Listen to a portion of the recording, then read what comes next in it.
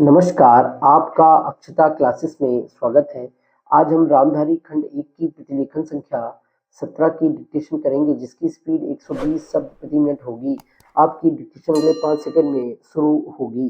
5, 4, 3, 2, 1 start.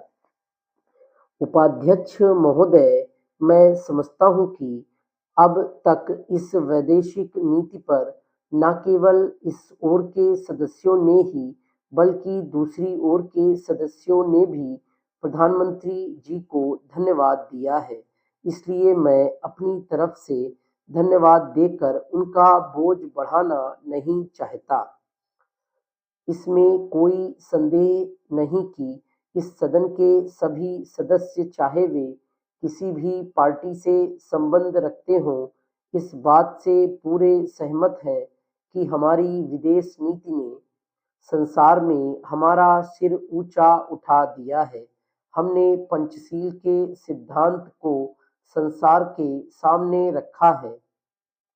यदि हम उसके आधारभूत सिद्धांत पर दृष्टिपात करें तो हमको पता चलता है कि हमने संसार में एक जो सबसे बड़ा काम किया है वह यह है कि हमने तनाव को कम करने का प्रयत्न किया है। जिस समय हमने नई नई स्वतंत्रता प्राप्त की तो हमारे सामने बहुत से प्रश्न थे। उनके साथ ही हमारे दो बड़े गुट थे जो कि एटम बम और दूसरे बम लिए हुए हमको चुनौती दे रहे थे कि अगर हमने उनमें से किसी एक गुट में सम्मिलित नहीं हुए तो हमको बड़ी कठिनाई होगी। उस समय भी हमारे प्रधानमंत्री ने हमारे देश की वैदेशिक नीति को इसी स्तर पर रखा, जिसके कारण आज हम संसार में अपना सिर ऊंचा उठा सकते हैं। हमने जो संसार के सामने पंचशील के सिद्धांत को रखा, उसका सबसे बड़ा फल यह हुआ कि एक सम्मेलन हुआ जिसकी ओर मैं आपका ध्यान दिलाना चाहता हूँ।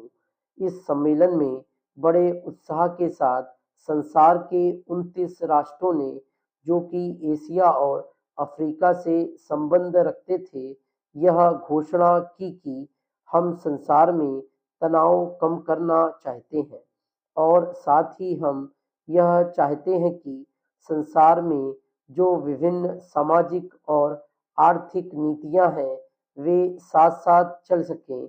हमारी वैदेशिक नीति में जो सबसे महत्वपूर्ण चीज है वह है सह अस्तित्व की भावना। उसी भावना के फलस्वरूप हम देखते हैं कि आज कोरिया का युद्ध नहीं हुआ, जो कि एक तीसरे विश्व युद्ध के रूप में परिवर्तित हो सकता है।